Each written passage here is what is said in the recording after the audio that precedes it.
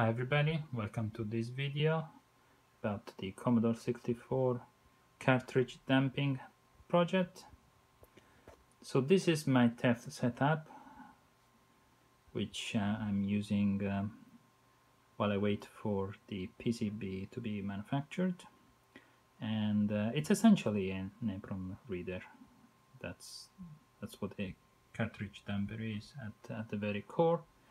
So I've got here a blue pill that is connected to my PC with a USB cable, and I've got a Commodore 64 diagnostic card ROM that I'll be dumping. Plus, for this test setup, I've got a push button, and here is a terminal program, Termite in this case. So let's see what happens when I press the button. Commodore 64 cartridge dumper, copyright message, and the status of the game and XROM lines, which in the test setup you can select manually with those two jumpers.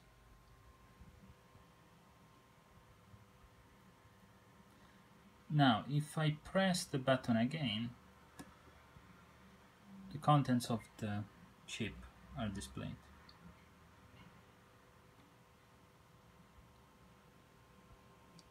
As you can see, 8K chip, but let's get back to the very top of it and have a look.